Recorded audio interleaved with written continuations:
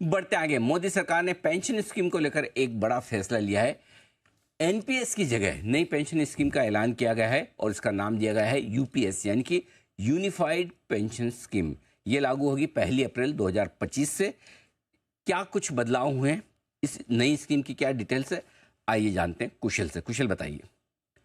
बिल्कुल सर, तो यहाँ पर जो एक बेसिक रिक्वायरमेंट थी, काफ़ी बार पार्लियामेंट में चर्चा हो रही थी कि भाई एनपीएस तो आपने ऑफ कोर्स मार्केट लिंक भी यहाँ पर किया हुआ है, बट कोई फिक्स्ड गारंटीड जो रिटायरमेंट पेंशन होती है वो यहाँ पर अवेलेबल नहीं थी। तो इसी चीज़ को मॉडिफाई कर और एक यूनिफाइड पेंशन स्कीम नाम से यहाँ पर सरकार ने जो है 24 अगस्त को इसको मंजूरी दे दी है।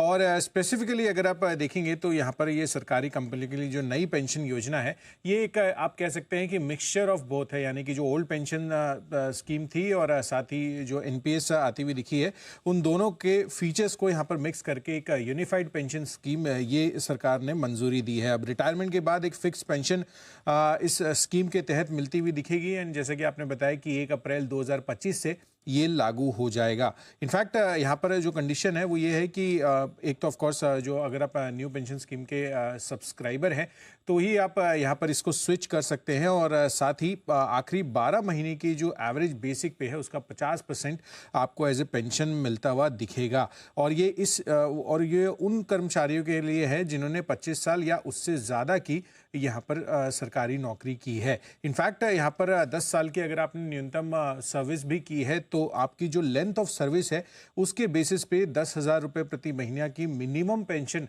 ये भी आपको इसके अंतर्गत मिलती हुई दिखेगी। इनफैक्ट यहाँ पर फैमिली पेंशन की भी बात की गई है, जहाँ पर कर्मचारियों की मृत्यु पर परिवार को 60% पेंशन ये मिलता हुआ दिखेगा। और केंद्र सरकार की तरफ से इनफैक्ट जो कंट्रीब्यूशन है एनपीएस में, जहाँ पर 14% कंट्रीब्यूशन था सेंट्रल गवर्नमेंट का, उसको यूनिफाइड पेंशन स्कीम में अब 18.5% करने की घोषणा कर दी गई है। इनफैक्ट आप देखिए तो यहाँ पर जो फुल्ली फंडेड ऑफ कोर्स ये भी अकाउंट होने वाला है, क्योंकि आपको पता ही है कि जो ओल्ड पेंशन स्कीम थी उसमें एम्प्लॉय की तरफ से ऐसा कोई खास कंट्रीब्यूशन यहाँ पर नहीं आता था।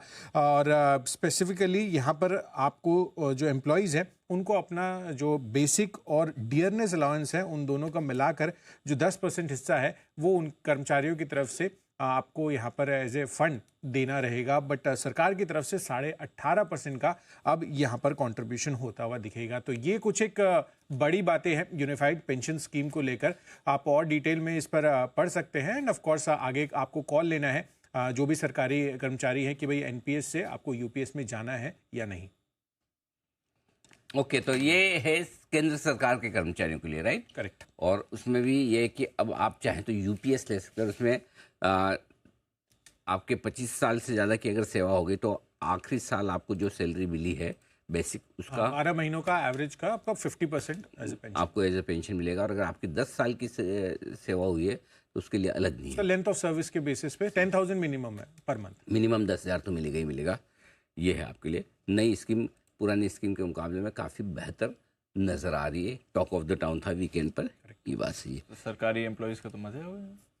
अच्छा है, अच्छा रिटायरमेंट के लिए बढ़िया। रिटायरमेंट के लिए बढ़िया, रिटायरमेंट के बाद बढ़िया पेंशन स्कीम आती दिखे। आइए बढ़ते